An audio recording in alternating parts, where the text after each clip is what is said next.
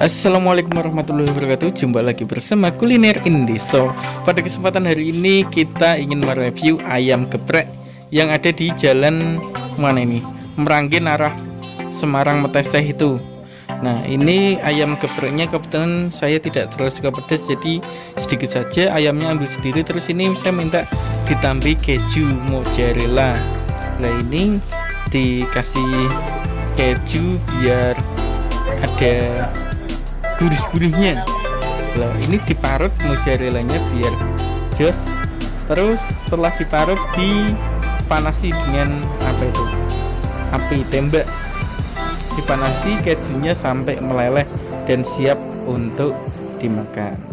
Oke, kita coba dulu. Ini dia ayamnya yang sudah ada kejunya, jadi kayak ada putih-putih keju yang sudah dilelehkan dan lumer. Ini dagingnya, ada nasi ambil sepuasnya. Saya tambahkan kecap biar enggak terlalu pedes. Ada lalapan biasa kol sama tirai. Untuk harga tadi saya ayam geprek sama nasi sepuasnya es teh jumbo itu 11.000.